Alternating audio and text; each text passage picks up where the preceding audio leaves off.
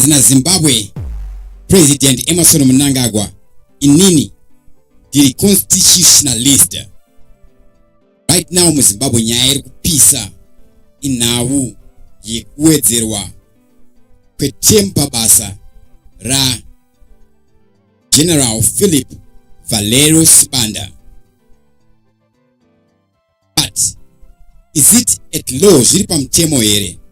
Now if we go back in time, we will see kuti President Emmerson Mnangagwa would do this. We see this one here. This is last year, where a new law is passed.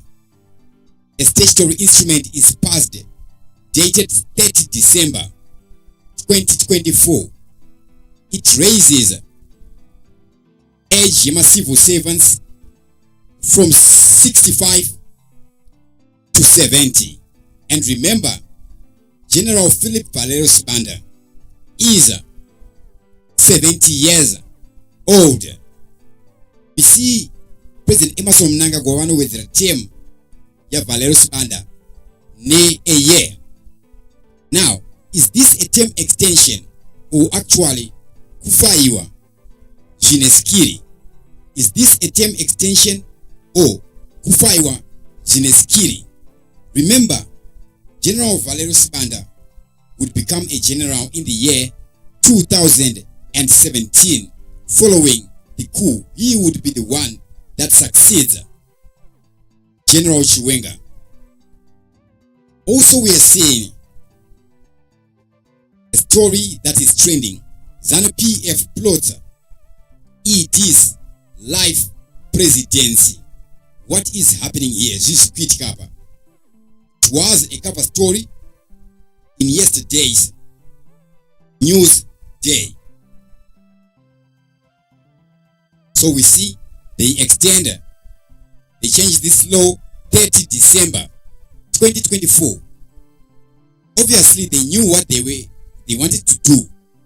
I think we saw headlines that civil servants' retirement age has been increased, and President Mnangagwa is doing this while on leave. Did he need a leave to properly strategize so he can know what he will be doing? So we see this one, SI 198/2004, cited as the Defense Regular Force Non-Commissioned Member Amendment. Retirement age of soldiers is now 50 up to 55 from 50. A member can extend to 60 and 65 if they are a war vet. So we see this statutory instrument which increases to 70. Now, can they extend to 75? Remember, a few years ago we saw this headline: Zimbabwe Army General addition to Zanu PF structure, where we see Valerio Sibanda is made a member of the Zanu PF Politburo, and we see a lot of people would complain on this. What role does General Sibanda play in Zanu PF's future, in Mnangagwa's future, and in Zanu PF succession matrix? And all this happening now, what are the similarities to Mugabe's era or to Mugabe's time that we can draw out from this happening right now, right here? And from the way things are going, the question is, what is going to happen next in the nation of Zimbabwe? The big question is, what happens next? Is this a term extension, or rather it's a diplomatic firing? Comrade Mangosarwa ningwa iyi yatawedzera nayo ishi. So there's been rumors and speculation that Sibanda refused to be fired. So recently we saw shake up in all the security forces, from the CIO to the police and now the military. It seems everyone. Yes, with you guys don't have enough time to be plotting against you. So this one, Mnangagwa extends army boss General Sibanda's term amid security forces shake-up. All this is happening while he is on leave. Then we see General Notice 15 of 2025 Defense Act is even quoted here. I do hereby notified by His Excellency President that in terms of provision to the Defense Regular Force Officers Regulations 1988 published in Statutory Instrument 152 of 1988 extend the appointment of General Philip Valerio Sibanda as Commander of the Defense Forces with effect from the 24th of December to the 23rd of November 2025. And take note, the time this is set to end, November. From December to November, not December to December. Why would it be to November? Is it because he enters in November, so it's supposed to be ending in November? Or November is just a key word? It's just a reminder to reminder. Then we see one who would write this. President Emmerson, who is on leave, has extended the term of Philip Valerio Sibanda, age 70, as commander of the Zimbabwe Defense Forces by a year after he reached retirement age. Mnangagwa moves comes after he sacked his intelligence and police chiefs last week. Then, going back in time, we would see General Sibanda speaking, a glimpse and insight into who he is. We see this. Could this be the reason or not? We started amassing wealth. It's unfortunate that after independence, some of us went wayward and we started amassing wealth. We started getting involved in corruption and so on. But we were taught to share. When we were out there, we were taught, and this remained the position until sometime after independence, when maybe some of us became wayward. This remained the case until after independence, sometime after independence, when some of us became wayward. Take note of the word us, some of us. We were taught to share. Whatever was available was shared equally. And I remember the Rhodesians ran a campaign of trying to demonize the guerrilla leaders. I remember there was some leaflets that they drew where they put a guerrilla leader there, sitting there with a big plate full of food, and then a subordinate sitting there with nothing. So we are seeing General Sibanda there states his position in all his speak. He is asserting his position as a liberation war fighter, as somebody who did contribute in the liberation war. He is emphasizing that very much. Then we would see him also speak on his vision for the Zimbabwe army. The country is very safe. It's unfortunate that we had that incident on the 1st of August. Very unfortunate that we lost some lives, but otherwise. Is he speaking on the shootings that would happen after the 2023 election? The country remains safe, and we intend to ensure that it remains that way. We intend to make sure that it remains that way. Check the boldness that he speaks with. Big up to Amos Masunda watching us live from Cape Town, Somerset West. To those watching us live, you can write your comments in the top chat or in the super chat so I can get to see your names, so I can give you my shout outs. Kune vari kutuona munogona kunyora macomments enyu pa top chat kana pa super chat kuti ndione mazita enyu. I would want to see an efficient, well-trained, compact force, well looked after in terms of conditions of service, well led, and well looked after in terms of conditions of services. So we saw Panolonskwa Zimbabwe military, we see General Sibanda would be speaking towards the president of Chiti. 18 years, pick up to proud. And a force that is respected by both friend and foe. A force that is respected by both friend and foe. So, General Sibanda has always been straightforward in his speaking, in the way he speaks. He doesn't beat around the bush.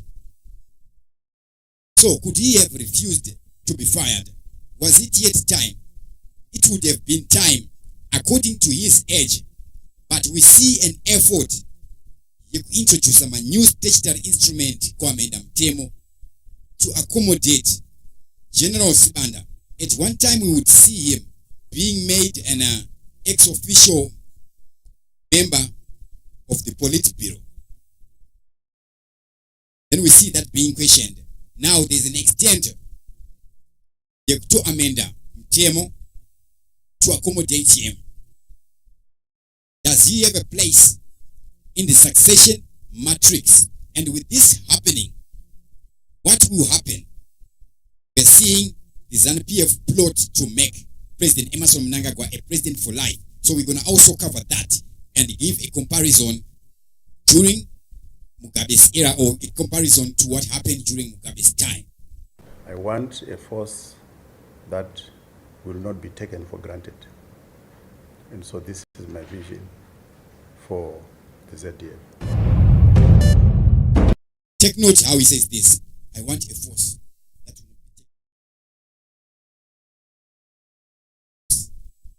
will not be taken for granted. I want a force that will not be taken for granted. Taken for granted by who? Let me just rewind that one. That is respected by both friend and foe. I want a respected by both enemy and person, friend and foe. That is respected by both friend and foe. Well led, and a force that is respected by both friend and foe. I want a force that will not be taken for granted. And so this is my vision for the ZDF. So this is my vision for the Zimbabwe Defense Forces. Of course, we see this amendment that is made in December. Time and age for civil servants is increased. And if a person is a war veteran, they are allowed to go past that age by 5 years. By 5 years. Then we see also he increased pensionable service from 20 to 30 years around that very same time. So, will this amendment have been meant to accommodate General Sibanda's term extension? How powerful is General Sibanda? At one time we see him being made a Zanu PF Politburo member.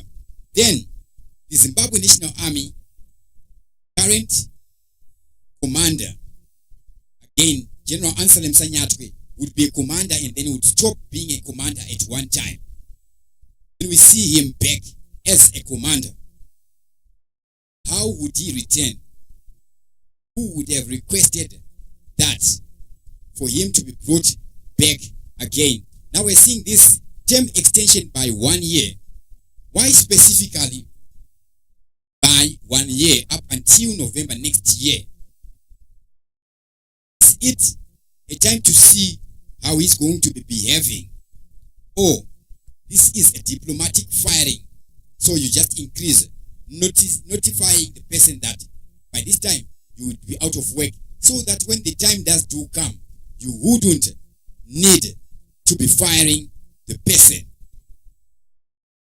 So this might actually be a strategic firing we are seeing happening here.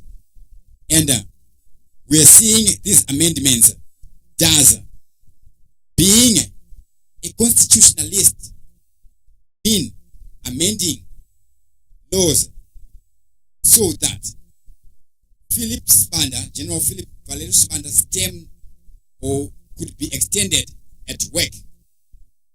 If so, why go through all the hurdles just to extend General Sibanda's term by only 1 year?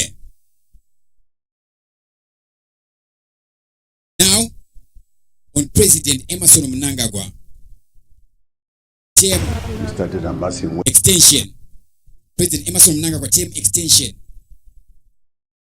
what is being said here and what is likely to happen, we see this coming from the news day. Zimbabwe President, Zanu PF President, E.T. plots life presidency. How can he be plotting life presidency even before 2030 has been realized? We see this. The ruling Zanu PF party structures in Manicaland have made fresh controversial demands to have President Emmerson Mnangagwa remain in office beyond 2030, which is tantamount to ruling forever.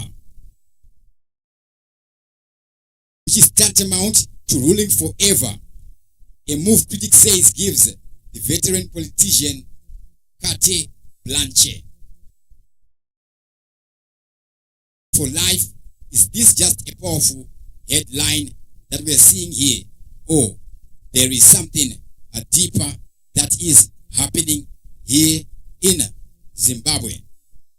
So we would see a certain video yesterday where certain guys have changed the ED 2030 slogan, and they did change that slogan. Now it's saying 2033. It's no longer 2030, but it's saying 2033. 2033. Vamnangagwa vanenge vachitonga. Vamnangagwa vanenge vachitonga. 2033. Pasi nemhandu.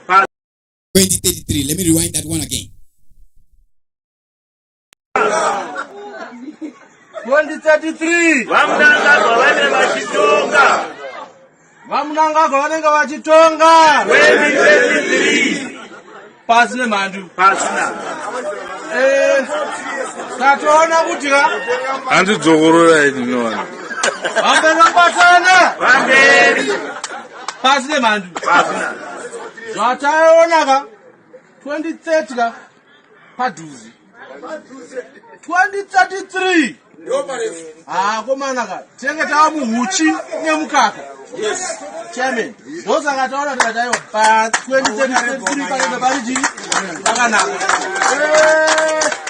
Ndoda kukutendai mose nekuuya kwamaita Mnangagwa zone 6 chairman.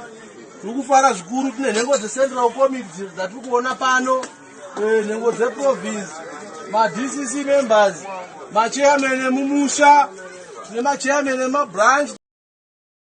Now what we are seeing here would be coming because a lot of Zimbabweans do not participate in the politics of Zimbabwe, be it from whichever side or from whichever political party. Zimbabweans akawanda do not participate in the politics of Zimbabwe. So the decisions usually are made by the type of people who follow around political parties. The Butilika type of people, the type of people vanongotengera wakabhiya $1 for 2. Those are the type of people vanita end up calling for a term extension. What they'll be doing, it's a type of worship my boss mentality, the bus mentality. Why would they be doing the bus mentality? Because they'll be seeking some favors. Boss. So they will be engaged in that bus mentality. That is why. But if we Zimbabweans could participate in politics,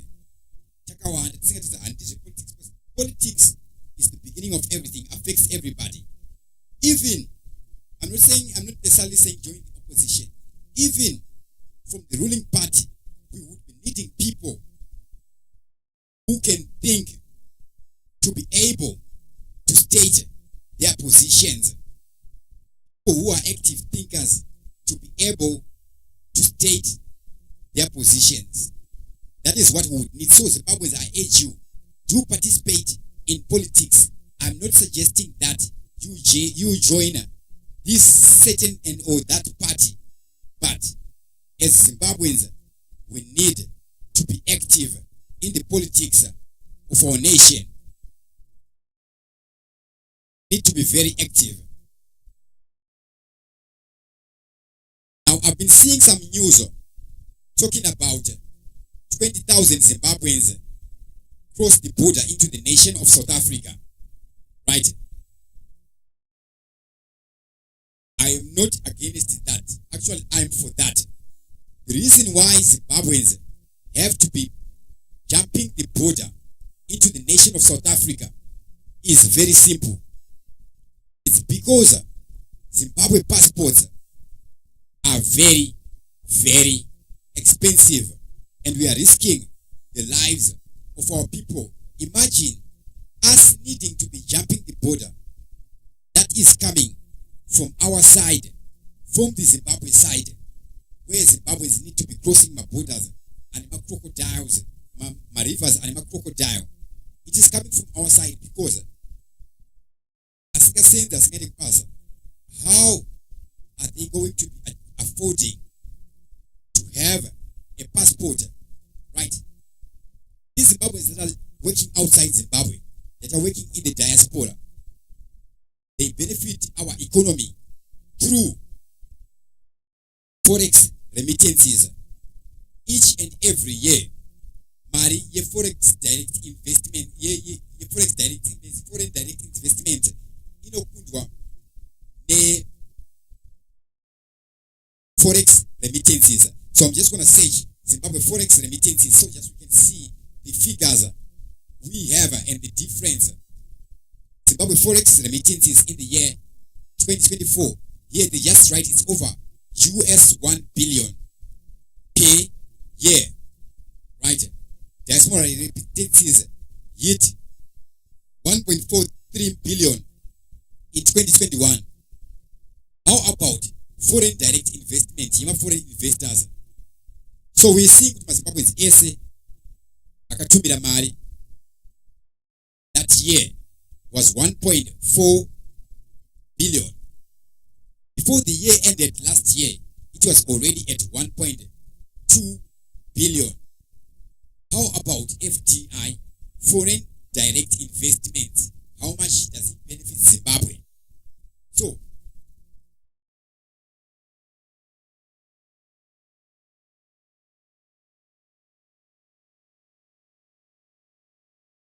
foreign direct investment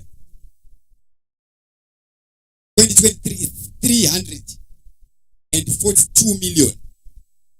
It is 5 times less than mari inotumirwa nemaZimbabweans are kusenza out of Zimbabwe. Mari inotumirwa muZimbabwe munomu neZimbabweans who are working diaspora. Now, would the Zimbabwe government raise 1.4 billion through mari tengo kema passport nevanhu vasina mari yacho, other than empowering Zimbabweans so that they're getting my passports, right? And then you'll be seeking opportunities legally outside Zimbabwe. Because how can you go outside legally when your own country is sabotaging you in that you cannot afford a passport? That would be the only reason why Zimbabweans would be called illegal. Imagine how many nations Zimbabwe can export labor. At how willing to work we as Zimbabweans are and how big the world is. The government should actually be sponsoring those who want to be working outside, facilitating my loans so that they get my visa. Those who want to be going to Europe, America. Because when those Zimbabweans are outside, they're going to be sending forex that will benefit the nation even more than export minerals, even more than agricultural exports. Zimbabweans that are working outside, it's not a loss to the country. We have exported skills, we have exported people, and we are benefiting in the forex. But it all begins in my passport. Why are passport so expensive? We would ask the question, when they be doing that. Enough respect to Cherish Godora. Says good morning. Thank you very much. Yeah. Koma Ino watching from Devon, Chatsworth. Good morning, Deg. Good morning to Gondo Guru, Tawanda Buyengwa, Tawana Proud, Amos Masunda, everybody who's watching us live. To those watching us live, you can write your comments in the top chat or in the super chat. That's how I can get to see your names, so I can give you my shout out.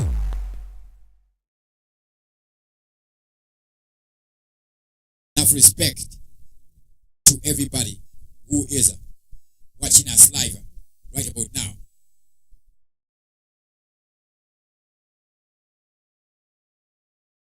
Now here, we're going to go a little bit deeper. We're going to be going a little bit deeper. How does Mnangagwa's current political maneuver, how does the push for Mnangagwa's stay in office compare with Robert Mugabe? We see, first, we would see the recent developments within the ruling party regarding President Emmerson Mnangagwa's potential extension of term in office. This would spark a wave of controversy and reminiscent of the echoes of the past.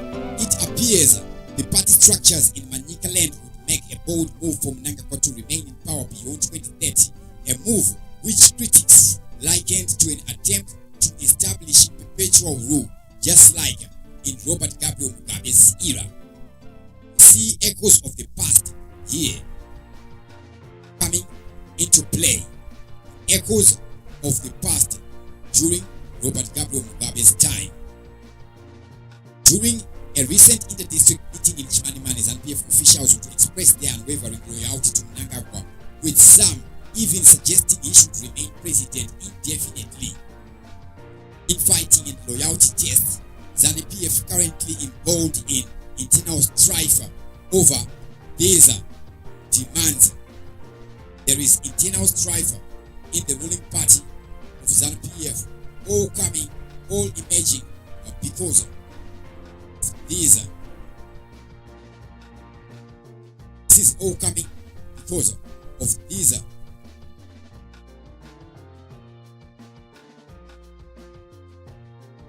So we see some are rallying behind the idea of ET up to 2030. Others expressed concern about the legality and implications of such moves. Mnangagwa himself has stated he intends to retire at the end of his constitutionally mandated 2028. What if they amend the constitution? Would they first amend it before he would say, I am with it? Because they did amend the constitution. Vision 2030 is a dilemma.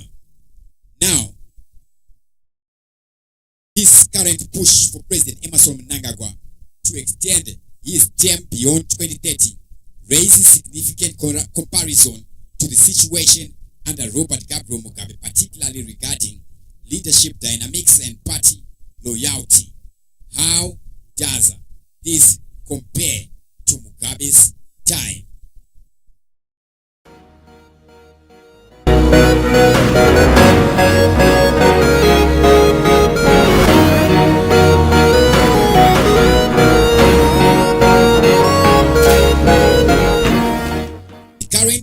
For President Emmerson Mnangagwa to extend his term beyond 2030 raises significant comparison to the situation under Robert Mugabe, particularly regarding leadership dynamics and party loyalty.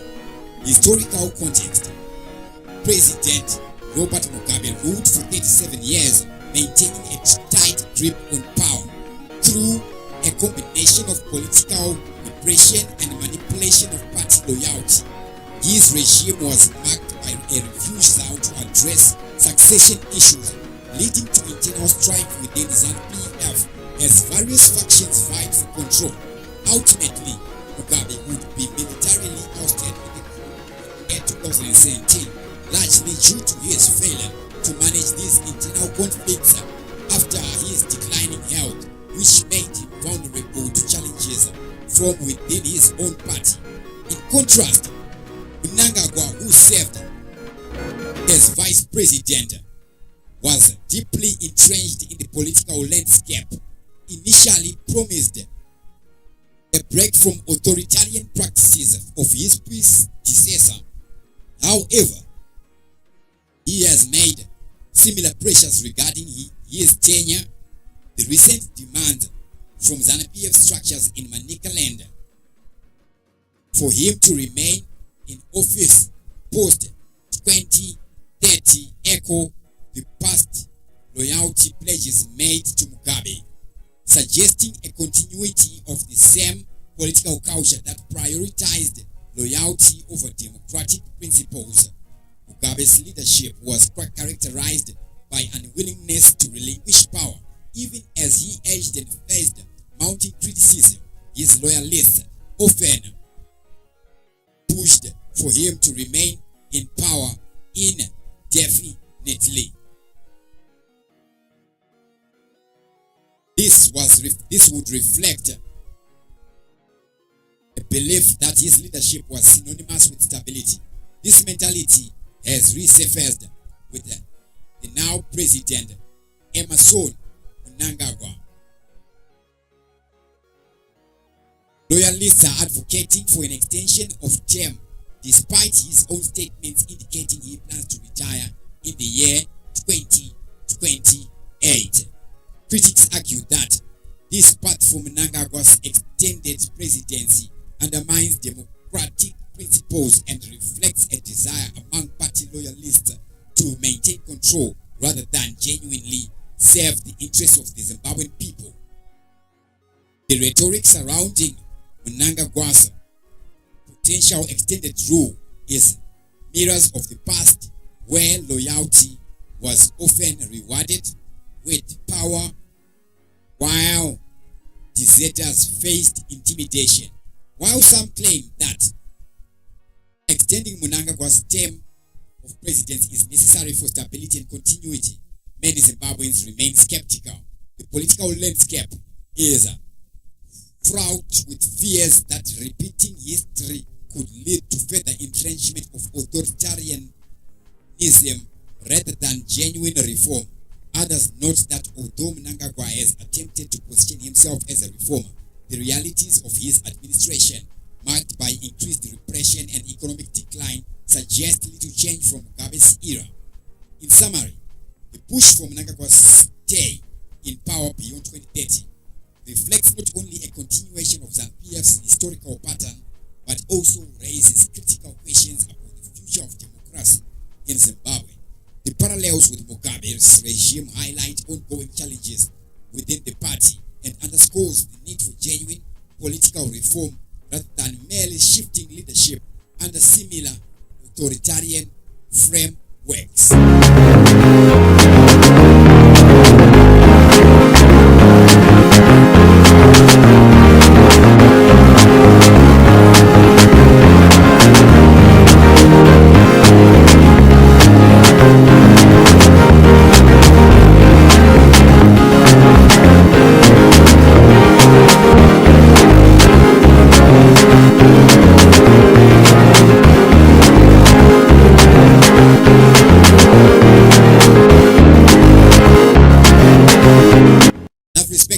Watching us live right about now.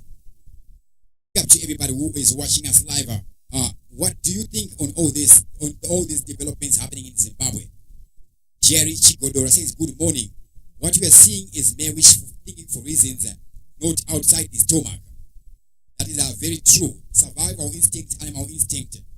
Big up to Gilbert Nasho, says good morning, watching from Balito.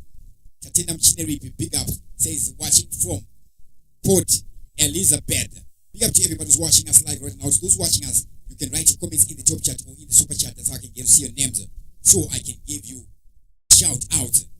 Now, what else do we see happening in Zimbabwe? We saw the Mbudzi interchange will be renamed after Zimbabwe President Emmerson Mnangagwa, one of his war aliases, one of his war names. Then, very soon after that, few weeks after that, we see something tragic and disturbing would happen at the Mbudzi interchange, now called the 𝓣𝓵𝓵 interchange. What happens there? What happened at the Mbudzi interchange? See one person lose their life. See even pictures emerge, scenes from the Mbudzi interchange, the new roundabout that is being built at Mbudzi. We see these images coming and making rounds on social media. It is not only pictures that we would see emerging from the Mbudzi. Also see some video clips. This would be a video clip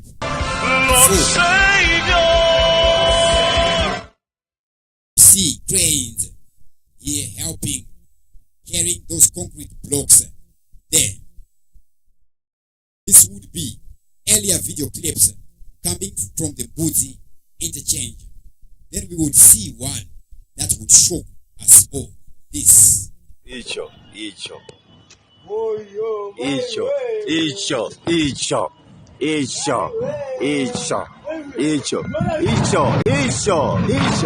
Oh, akusisi mawani wena. Mawani wena. The former engineers. Find it one more time.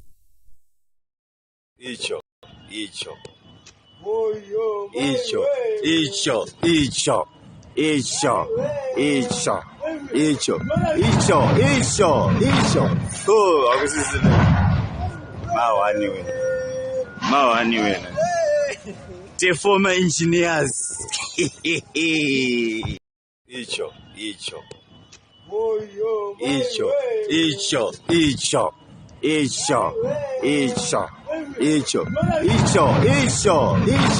Oh, akusisi. See a crane accident there at the Mbudzi interchange. What happened there? This is what would happen at Mbudzi interchange. A tragic accident occurred at the Mbudzi interchange construction site in Harare on January 6, 2016. That is yesterday. This would result in death of a worker. The incident was attributed to a mechanical failure during crane de-erection operations, which led to the collapse of both a static tower and a mobile crane.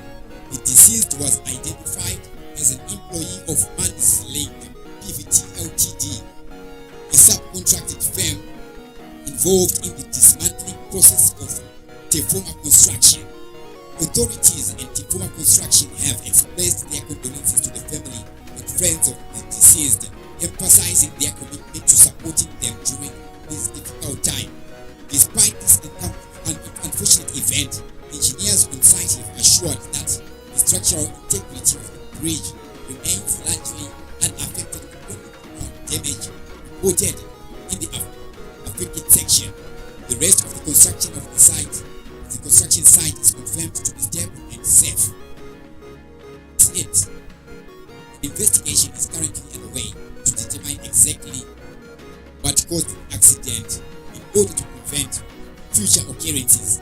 This incident has raised concerns about safety protocols at construction sites, especially given that the 𝓣𝓵 interchange project had maintained a strong safety record prior to this event. This is a very, very sad what happened there. It's very sad, and may their soul rest in peace. Their soul rest in peace.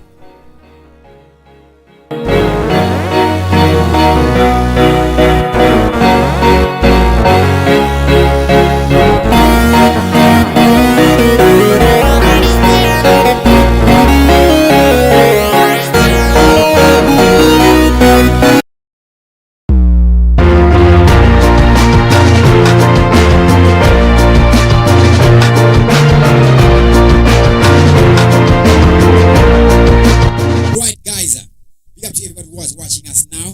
That was it for now. Big up to Champions Network TV. Marvin Chibinda.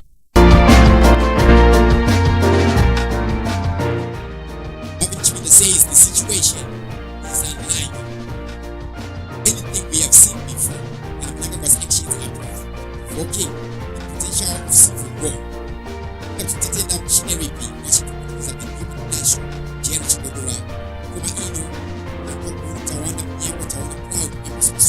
Everybody who was watching us live right about now, thank you for supporting and watching TVC live. Stay blessed. With that, I sign out. Dr. Clarence Broadcasting TV7 Live. Broadcasting